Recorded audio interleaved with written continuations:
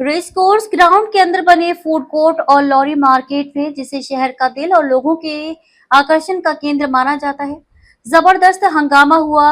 वे जगह जहां रोज हजारों लोग आराम के पल बिताने आते हैं, एक पल में जंग के मैदान में बदल गए।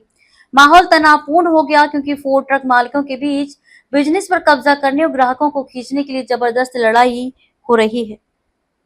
नाम રીનાબેન ચાવડા। શું બનાવો તો બેન? આ મારી દીકરી લોકો અહીં ઉભા રહ્યા છે ને તો એની આગળ છે ને આ મોકટેલ વાળા આવીને ઉભા રહી ગયા છે અને છે ને કે જોતા ધમકી મારી, કારણ કે એની ઘરવાળી અકીલા પ્રેસમાં છે ને એટલે એમ કરી કે અહીંયા પાવર ઠોકીને જાય છે અહીંયા।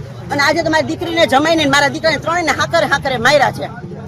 એટલે અગાઉ પણ તમારી બાજુમાં ઉભા રહેતા કે આજે જ બાજુમાં આવ્યા નહોતા છે? ઉભા રહેતા, અમે ઘણો ટાઈમથી ઉભા રહી છીએ। એ લોકો ઘણા વર્ષોથી છે પણ એની ક્યાંય જગ્યા જ નથી, એટલે જ્યાં પોલ ભરે એની આંગળી ખૂંચાડવા આવે। મારા દીકરીને જમાઈ કઈ બોલેવા નથી ની હાથવીને એને હેરાન કરે છે, કેટલો ટાઈમથી હેરાન કરે છે।